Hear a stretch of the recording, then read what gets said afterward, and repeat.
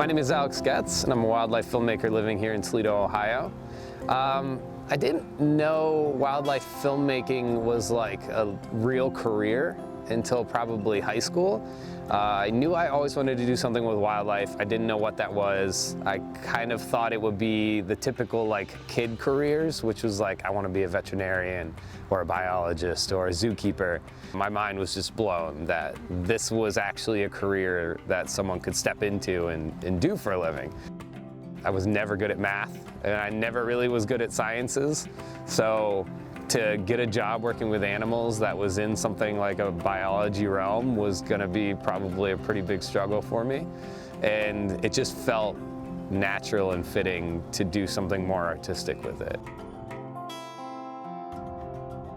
When it comes to finding, subject matter or a species that we want to produce a film about or do some photography with, it really comes to me in a couple different ways. I'm fortunate to be able to work with a number of clients who are usually wildlife and conservation organizations who have some sort of storytelling need or like media need. And so they'll approach me with, we need help saving the endangered red wolf here in the United States. How can you help us with film and photography? And so in instances like that, we have a little bit more creative freedom. And we get to work with some organizations that are already invested in this effort. But in some instances, things just kind of pop up and it sounds like an amazing topic or subject. And I really start to develop that idea on my own. And then it comes down to pitching it to the right outlet that's going to want it. So that could take form of PBS or like a National Geographic or like a CNN, like any of these digital media outlets or even larger broadcast outlets. In some cases, I'll actually just take on a project on my own. Like here in Toledo, Ohio, I've been documenting barred owls in my own backyard basically for the past 2 years. And I hope that when I'm done with this project, I can take it somewhere and somebody will basically give it a home on whatever their channel is. So with wildlife filmmaking, I always knew that I wanted it to have a greater impact than just beautiful imagery on a screen or a computer or on social media. And what really came from that was the aspect of storytelling. Like, I knew that film was a really perfect outlet for telling a story about wildlife. And there's a couple different types of programs that somebody who enjoys wildlife documentaries might see. And Blue Chip is kind of your standard narrated, just beautiful sequences of wildlife. And then there's a more like documentary style program that follows individuals and maybe humans who are doing a conservation effort. And I knew right away that I was gonna gravitate more towards, working with the biologists and the conservationists out in the field and telling their stories of working with wildlife. And I think one of the reasons that really interested me was that we have so many species that are in danger of going extinct or threatened, and their habitats are being lost every day. But scientists studied science, and they didn't necessarily study communications. And so, in a sense, they're almost speaking their own language in, I guess, biology and science. And sometimes it's really hard for the average person who's not in that world to understand what a scientist is saying. So something that I realized very early on is, I wasn't ever great at math and sciences, but I knew that I could use that actually as a benefit to help translate what scientists need to say to terms that the general public could understand. So I really look at what I'm doing with documentary filmmaking as an opportunity to help communicate more complicated terms when it comes to conservation and wildlife biology to the general audiences so that we can hopefully get them emotionally invested in supporting these efforts with endangered species. There's instances where we see places that are very minimally impacted by humans, and there's places where we're seeing wildlife basically struggling to exist in its ecosystem because of deforestation and growing cities and towns, and it just losing its environment. And unfortunately, that's becoming a bigger reality around the world for a lot of species. It's one of the biggest things that's impacting species around the world, is that they're just losing their homes and their habitat.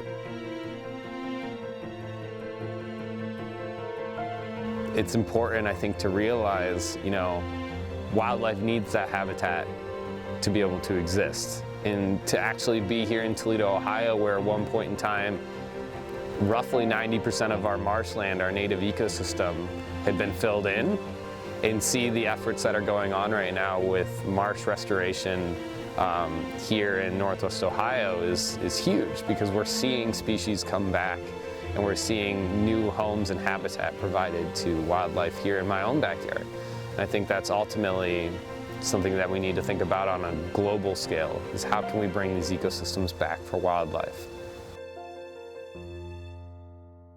Being a wildlife photographer and filmmaker in a place like Toledo, Ohio is a little bit different. The animals and wildlife here are a little bit trickier to film, so I'm not doing as much in my own backyard as I am traveling around to different countries or different states in the US to film wildlife. The nice thing that I actually chalk up as one of the biggest perks of Toledo, Ohio, is that it's so affordable to live here. There's an amazing community that's supporting everything that I'm doing when it comes to wildlife and conservation filmmaking. And it's so close to an airport that can get me anywhere in the US in 4 hours, or anywhere in the world, with Detroit being just a little north of here. So it's actually become like a perfect home base. So in a typical year, I'm traveling roughly 6 months of the year on shoots for wildlife. And then when I'm not traveling, I get to come home and I get to experience places like this. We're in the metro parks here in Toledo, and it provides a really awesome, I think, opportunity to get the small city feel that I actually really love, and to also get to escape to nature for a pretty big portion of my year.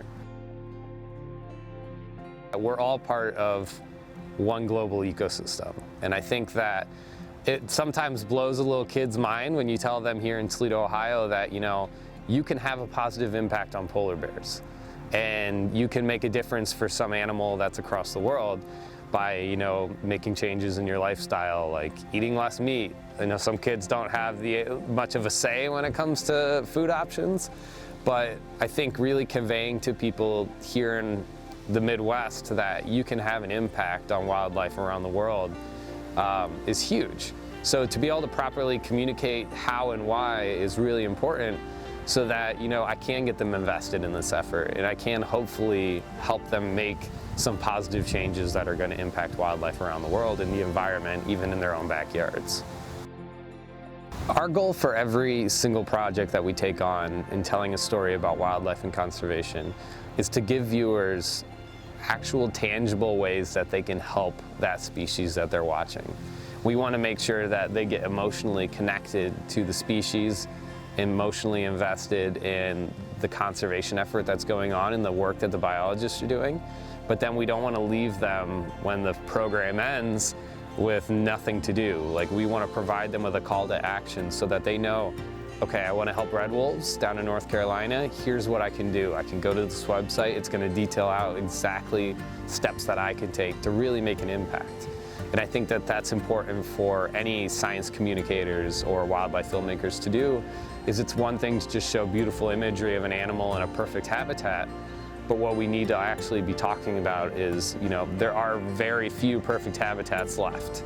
And so what are the steps that we can ask viewers to take and make it really easy and accessible for them to do, so that they can use their voices or their wallets, in a sense, to basically make a decision with their dollar, or support a conservation effort, or support an animal in the wild. Like, we need to give them the opportunity to make that change.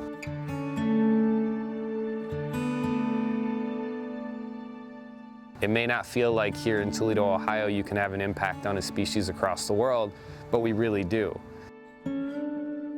We are all part of one global ecosystem. And I think one of the biggest things that people need to realize is the power that they have to help make a positive change.